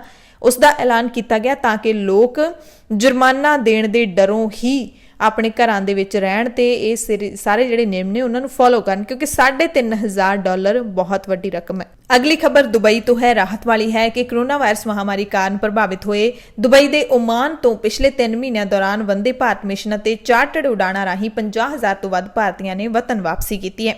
ਮਸਕਟ ਦੇ ਵਿੱਚ ਭਾਰਤੀ ਸਫਾਰਤਖਾਨੇ ਵੱਲੋਂ ਜਾਰੀ ਬਿਆਨ ਦੇ ਮੁਤਾਬਿਕ ਮਈ ਮਹੀਨੇ ਵਿੱਚ ਜਦੋਂ ਓਮਾਨ ਦੇ ਵਿੱਚ ਕੋਰੋਨਾ ਵਾਇਰਸ ਦੇ ਕੇਸ ਵਧਣੇ ਸ਼ੁਰੂ ਹੋਏ ਤਾਂ ਓਮਾਨ ਦੀਆਂ ਕੰਪਨੀਆਂ ਅਤੇ ਸਮਾਜਿਕ ਜਥੇਬੰਦੀਆਂ ਨੇ 198 ਚਾਰਟਰਡ ਉਡਾਣਾਂ ਦਾ ਪ੍ਰਬੰਧ ਕਰਕੇ 35,000 ਭਾਰਤੀ ਨਾਗਰਿਕਾਂ ਨੂੰ ਆਪਣੇ ਘਰੀਂ ਪਹੁੰਚਾਇਆ। ਤੇ ਭਾਰਤ ਸਰਕਾਰ ਨੇ ਜਿਹੜਾ ਵੰਦੇ ਭਾਰਤ ਮਿਸ਼ਨ ਰਾਹੀਂ ਫਲਾਈਟਾਂ ਸ਼ੁਰੂ ਕੀਤੀਆਂ ਨੇ, ਉਹਨਾਂ ਦੇ ਵਿੱਚ ਹੁਣ ਤੱਕ 17,000 ਭਾਰਤੀਆਂ ਨੇ ਵਤਨ ਵਾਪਸੀ ਕਰ ਲਈ ਹੈ ਤੇ ਕਰੀਬ-ਕਰੀਬ 50,000 ਭਾਰਤੀ ਮੁਲਕ ਵਾਪਸ ਪਹੁੰਚ ਗਏ ਨੇ। ਅਗਲੀ ਖਬਰ ਅਮਰੀਕਾ ਦੇ ਹਿਊਸਟਨ ਤੋਂ ਹੈ। ਖਬਰ ਚੰਗੀ ਨਹੀਂ ਹੈ ਕਿਉਂਕਿ ਭਾਰਤੀ ਮੂਲ ਦੀ ਇੱਕ ਖੋਜਕਰਤਾ ਦੀ ਉੱਥੇ ਹੱਤਿਆ ਕਰ ਦਿੱਤੀ ਗਈ ਹੈ ਜਦੋਂ ਉਹ ਜੌਗਿੰਗ ਕਰ ਰਹੀ ਸੀ। ਪੁਲਿਸ ਦੀ ਜਾਣਕਾਰੀ ਦੇ ਮੁਤਾਬਿਕ ਸਰਮਿਸ਼ਠਾ ਸੇਨ 43 ਸਾਲ ਦੀ ਸੀ, ਟੈਕਸਾਸ ਦੇ ਪਲਾਨੋ ਦੇ ਵਿੱਚ ਰਹਿੰਦੀ ਸੀ। 1 ਅਗਸਤ ਨੂੰ ਜਦੋਂ ਪਾਰਕ ਨੇੜੇ ਜੌਗਿੰਗ ਕਰ ਰਹੀ ਸੀ, ਅਚਾਨਕ ਉਸ ਤੇ ਹਮਲਾ ਹੋਇਆ ਤੇ ਉਸ ਦਾ ਕਤਲ ਕਰ ਦਿੱਤਾ ਗਿਆ। ਰਾਹਗੀਰ ਨੇ ਲਾਸ਼ ਨੂੰ ਦੇਖਿਆ ਤੇ ਪੁਲਿਸ ਨੂੰ ਸੂਚਿਤ ਕੀਤਾ। ਪੂਰਬੀ ਅਫਗਾਨਿਸਤਾਨ ਦੀ ਜੇਲ੍ਹ ਵਿੱਚ 2 ਅਗਸਤ ਨੂੰ ਜਿਹੜਾ ਹਮਲਾ ਹੋਇਆ ਸੀ ਲਗਾਤਾਰ ਜਾਰੀ ਹੈ। ਉਸ ਦੇ ਵਿੱਚ 29 ਲੋਕਾਂ ਦੀ ਹੁਣ ਤੱਕ ਮੌਤ ਹੋ ਚੁੱਕੀ ਹੈ, 50 ਵਿਅਕਤੀ ਜ਼ਖਮੀ ਹੋ ਚੁੱਕੇ ਨੇ। ਹਮਲੇ ਦੀ ਜ਼ਿੰਮੇਵਾਰੀ ਖੁਰਾਸਾਨ ਸੂਬੇ ਦੇ ਵਿੱਚ IS ਵਜੋਂ ਜਾਣੇ ਜਾਂਦੇ ਇਸਲਾਮਿਕ ਸਟੇਟ ਦੇ ਜਿਹਾਦੀਆਂ ਨੇ ਲਈ ਹੈ। ਜੇਲ੍ਹ ਦੇ ਵਿੱਚ ਵੀ ਇਸਲਾਮਿਕ ਸਟੇਟ ਦੇ ਕਈ ਮੈਂਬਰ ਕੈਦ ਨੇ। ਫਿਦਾਇਨ ਦੇ ਨੰਗਰਹਾਰ ਸੂਬੇ ਦੀ ਰਾਜਧਾਨੀ ਜਲਾਲਾਬਾਦ ਦੀ ਜੇਲ੍ਹ ਦੇ ਦਰਵਾਜ਼ੇ ਨਾਲ ਧਮਾਕਾ ਖੇਜ਼ ਸਮੱਗਰੀ ਨਾਲ ਭਰੀ ਕਾਰ ਨੇ ਟੱਕਰ ਮਾਰ ਦਿੱਤੀ ਸੀ, ਜਿਸ ਤੋਂ ਬਾਅਦ ਦਹਿਸ਼ਤਗਰਦ ਜੇਲ੍ਹ ਦੇ ਗਾਰਡਾਂ ਤੇ ਗੋਲੀਆਂ ਚਲਾਉਂਦੇ ਹੋਏ ਜੇਲ੍ਹ ਦੇ ਵਿੱਚ ਦਾਖਲ ਹੋ ਗਏ। ਸੁਰੱਖਿਆ ਬਲਾਂ ਨੇ ਕੁਝ ਘੰਟਿਆਂ ਦੇ ਬਾਅਦ ਹੀ ਜੇਲ੍ਹ ਤੇ ਮੁੜ ਕਬਜ਼ਾ ਕਰ ਲਿਆ ਸੀ, ਪਰ ਜਾਨੀ ਨੁਕਸਾਨ ਕਾਫੀ ਹੋ ਚੁੱਕਿਆ ਹੈ। ਇਸ ਹਮਲੇ ਦੇ ਦੌਰਾਨ 1500 ਕੈਦੀ ਵੀ ਜੇਲ੍ਹ ਦੇ ਵਿੱਚੋਂ ਫਰਾਰ ਹੋ ਚੁੱਕੇ ਨੇ। ਸਿੰਗਾਪੁਰ ਦੇ ਵਿੱਚ ਭਾਰਤੀ ਮੂਲ ਦੇ ਜੁਡੀਸ਼ੀਅਲ ਕਮਿਸ਼ਨਰ ਅਤੇ ਬੌਧਿਕ ਸੰਪત્ਤੀ ਮਾਹਿਰ ਦਿਦਾਰ ਸਿੰਘ ਗਿੱਲ ਨੇ ਹਾਈਕੋਰਟ ਦੇ ਜੱਜ ਵਜੋਂ ਸਹੁੰ ਚੁੱਕ ਲਈ ਹੈ। ਅਪ੍ਰੈਲ 2020 ਵਿੱਚ ਗਿੱਲ ਦੀ ਇਸ ਵਕਾਰੀ ਅਹੁਦੇ ਤੇ ਨਿਯੁਕਤੀ ਨੂੰ ਹਰੀ ਝੰਡੀ ਮਿਲ ਗਈ ਸੀ। ਖਬਰ ਬ੍ਰਾਂਡਡ ਕੱਪੜਿਆਂ ਦੇ ਸ਼ੌਕੀਨਾਂ ਦੇ ਨਾਲ ਜੁੜੀ ਹੋਈ ਹੈ। ਖਬਰ ਹੈ ਕਿ ਅਮਰੀਕਾ ਦੀ ਮਸ਼ਹੂਰ ਕੰਪਨੀ ਪੈਚ। ਅਗਲੀ ਖਬਰ ਬ੍ਰਾਂਡਡ ਕੱਪੜੇ ਪਹਿਨਣ ਦੇ ਸ਼ੌਕੀਨਾਂ ਦੇ ਨਾਲ ਜੁੜੀ ਹੋਈ ਹੈ। ਅਮਰੀਕਾ ਦੀ ਮਸ਼ਹੂਰ ਕੰਪਨੀ ਲਾਰਡ ਐਂਡ ਟੇਲਰ ਨੇ ਦੀਵਾਲੀਆ ਕਾਨੂੰਨ ਤਹਿਤ ਖੁਦ ਨੂੰ ਦੀਵਾਲੀਆ ਐਲਾਨਦਿਆਂ ਵਿੱਤੀ ਪੁਨਰਗਠਨ ਦੇ ਲਈ ਅਰਜ਼ੀ ਦਿੱਤੀ ਹੈ। ਕੰਪਨੀ ਉਹਨਾਂ ਪਰਚੂਨ ਕੰਪਨੀਆਂ ਦੇ ਵਿੱਚ ਸ਼ਾਮਿਲ ਹੋ ਗਈ ਹੈ ਜੋ ਕੋਰੋਨਾ ਵਾਇਰਸ ਮਹਾਮਾਰੀ ਤੋਂ ਪ੍ਰਭਾਵਿਤ ਹੋਈਆਂ ਸੀ। ਕੰਪਨੀ ਨੇ ਵਰਜੀਨੀਆ ਅਦਾਲਤ ਵਿੱਚ ਦੀਵਾਲੀਆ ਪ੍ਰੋਟੈਕਸ਼ਨ ਦੇ ਲਈ ਅਰਜ਼ੀ ਦਿੱਤੀ ਹੈ। ਕੰਪਨੀ ਨੇ ਪਿਛਲੇ ਸਾਲ ਫ੍ਰੈਂਚ ਰੈਂਟਲ ਕੱਪੜਾ ਲੀ ਟੋਟ ਇੰਕ ਨੂੰ ਵੇਚਿਆ ਸੀ ਤੇ ਹੁਣ ਉਹ ਆਪਣੇ ਲਈ ਨਵਾਂ ਖਰੀਦਦਾਰ ਲੱਭ ਰਹੀ ਹੈ। ਕੋਰੋਨਾ ਵਾਇਰਸ ਦੀ ਮਹਾਮਾਰੀ ਦਾ ਭਾਵੇਂ ਦੌਰ ਹੈ, ਪਰ ਸ਼੍ਰੀਲੰਕਾ ਦੇ ਵਿੱਚ ਬੁੱਧਵਾਰ ਯਾਨੀ ਕਿ 5 ਅਗਸਤ ਨੂੰ ਆਮ ਚੋਣਾਂ ਦੇ ਲਈ ਵੋਟਾਂ ਪਾਈਆਂ ਜਾਣਗੀਆਂ, ਜਿਸ ਦੇ ਲਈ ਖਾਸ ਪ੍ਰਬੰਧ ਕੀਤੇ ਗਏ ਨੇ। 225 ਮੈਂਬਰੀ ਸਦਨ ਦੀ ਚੋਣ ਦੇ ਲਈ 7450 ਤੋਂ ਵੱਧ ਉਮੀਦਵਾਰ ਮੈਦਾਨ ਵਿੱਚ ਨੇ। ਸ਼੍ਰੀਲੰਕਾ ਦੇ ਵਿੱਚ ਕਰੀਬ 1,62 ਲੱਖ ਵੋਟਰ ਆਪਣੀਆਂ ਵੋਟਾਂ ਦਾ ਇਸਤੇਮਾਲ ਕਰਨਗੇ।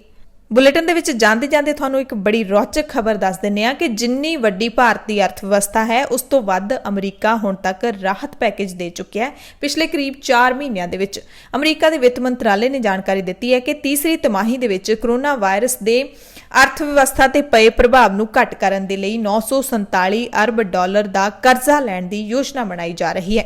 कांग्रेस पहला ही 3 ट्रिलियन डॉलर कोरोना वायरस महामारी नूं लैके आर्थिक पैकेज दे वजों वंड चुकी है। सोमवार ਨੂੰ ਵਿੱਤ ਮੰਤਰਾਲੇ ਵੱਲੋਂ ਜਾਰੀ ਬਿਆਨ ਵਿੱਚ ਕਿਹਾ ਗਿਆ ਕਿ ਅੰਦਾਜ਼ੇ ਦੇ ਮੁਤਾਬਿਕ 1 ਟ੍ਰਿਲੀਅਨ ਡਾਲਰ ਦੀ ਹੋਰ ਲੋੜ ਹੈ ਤਾਂ ਕਿ ਬਿੱਲ ਪਾਸ ਹੋਣ ਤੋਂ ਬਾਅਦ ਉਸ ਨੂੰ ਲਾਗੂ ਕੀਤਾ ਜਾ ਸਕੇ। ਤੇ ਜੇ ਭਾਰਤ ਦੀ ਅਰਥਵਿਵਸਥਾ ਦੇਖ ਲਈਏ ਤਾਂ ਇਹ ਕਰੀਬ 3.25 ਟ੍ਰਿਲੀਅਨ ਡਾਲਰ ਦੀ ਹੈ। ਪ੍ਰਧਾਨ ਮੰਤਰੀ ਨਰਿੰਦਰ ਮੋਦੀ ਦੀ ਤਮੰਨਾ ਹੈ ਕਿ ਭਾਰਤ ਦੀ ਅਰਥਵਿਵਸਥਾ ਦਾ ਆਕਾਰ ਹੈ ਜਿਹੜਾ ਉਹ 5 ਟ੍ਰਿਲੀਅਨ ਡਾਲਰ ਦਾ ਹੋ ਜਾਵੇ। ਸੋ ਇਹ ਵਿਕਸਿਤ ਮੁਲਕਾਂ ਦੀ ਕਹਾਣੀ ਹੈ। ਅਮਰੀਕਾ ਇੱਕ ਵਿਕਸਿਤ ਮੁਲਕ ਹੈ ਤੇ ਉਸ ਵਿਕਸਿਤ ਮੁਲਕ ਨੇ ਕੋਰੋਨਾ ਵਾਇਰਸ ਦੀ ਮਹਾਮਾਰੀ ਦੇ ਦੌਰਾਨ ਲੋਕਾਂ ਨੂੰ ਰਾਹਤ ਦੇਣ ਦੇ ਲਈ ਭਾਰਤ ਦੀ ਜਿੰਨੀ ਅਰਥਵਿਵਸਥਾ ਹੈ ਯਾਨੀ ਕਿ 3.25 ਟ੍ਰਿਲੀਅਨ ਡਾਲਰ ਹੁਣ ਤੱਕ ਵੰਡਿਆ ਵੀ ਜਾ ਚੁੱਕਿਆ ਹੈ ਤੇ ਹੋਰ 1 ਟ੍ਰਿਲੀਅਨ ਡਾਲਰ ਹੋਰ ਦੀ ਲੋੜ ਹੈਗੀ ਹੈ ਉੱਥੇ ਹਲੇ ਪੂਰੇ ਹਾਲਾਤ ਨੂੰ ਨਾਰਮਲ ਕਰਨ ਦੇ ਵਿੱਚ। ਪੰਜਾਬ ਭਾਰਤ ਅਤੇ ਦੁਨੀਆ ਭਰ ਦੇ ਪ੍ਰਾਈਮ ਟਾਈਮ ਦੇ ਵਿੱਚ ਤੁਹਾਡੇ ਸਭ ਤੋਂ ਇਜਾਜ਼ਤ ਚਾਹੁੰਦੇ ਆ। ਫਿਰ ਮਿਲਾਂਗੇ ਕੱਲ ਨੂੰ ਇਸੇ ਸਮੇਂ ਤੇ। ਤੁਸੀਂ ਸਾਰੇ ਆਪਣਾ ਧਿਆਨ ਰੱਖਿਓ, ਲੋੜਵੰਦਾਂ ਦੀ ਮਦਦ ਜ਼ਰੂਰ ਕਰਦੇ ਰਹੋ, ਸਾਵਧਾਨੀਆਂ ਦੀ ਪਾਲਣਾ ਜ਼ਰੂਰ ਕਰਦੇ ਰਹੋ, ਹਿੰਮਤ ਵਿੱਚ ਰਹੋ, ਹੌਸਲੇ ਦੇ ਵਿੱਚ ਰਹੋ। ਦੌਰ ਬੁਰਾ ਇੱਕ ਜਣੇ ਤੇ ਨਹੀਂ ਪੂਰੀ ਦੁਨੀਆ ਤੇ ਹੀ ਹੈ। ਸੋ ਇਸ ਗੱਲ ਨੂੰ ਸਮਝਦੇ ਹੋਏ ਅੱਗੇ ਵਧੀਏ। ਜਿੰਨਾ ਚਿਰ ਇਨਸਾਨ ਦੇ ਕੋਲ ਸਰੀਰ ਦੇ ਸਾਰੇ ਅੰਗ ਪੈਰ ਦਰੁਸਤ ਨੇ ਉਹ ਕੁਝ ਵੀ ਕਰ ਸਕਦਾ ਹੈ, ਉਹ ਕੁਝ ਦੀ ਕੁਝ ਕਰ ਸਕਦਾ ਹੈ। ਸੋ ਹਿੰਮਤ ਨਹੀਂ ਢਾਉਣੀ ਚਾਹੀਦੀ। ਖੁਦਕੁਸ਼ੀ ਕਰਨ ਵਾਲੇ ਜਿਹੜੇ ਦੋਸਤ ਮਿੱਤਰ ਨੇ, ਰਿਸ਼ਤੇਦਾਰ ਨੇ, ਤੁਹਾਨੂੰ ਕੋਈ ਵੀ ਜਾਣਦਾ ਹੈ ਉਸ ਨਾਲ ਗੱਲਾਂ ਬਾਤਾਂ ਜ਼ਰੂਰ ਕਰੋ ਜੇ ਲੱਗਦਾ ਹੈ ਕਿ ਉਹ ਇਸ ਰਾਹ ਵੱਲ ਜਾ ਰਿਹਾ ਹੈ, ਕਿਉਂਕਿ ਗੱਲ ਕਰਨਾ ਹੀ ਹੱਲ ਹੈ। ਧੰਨਵਾਦ।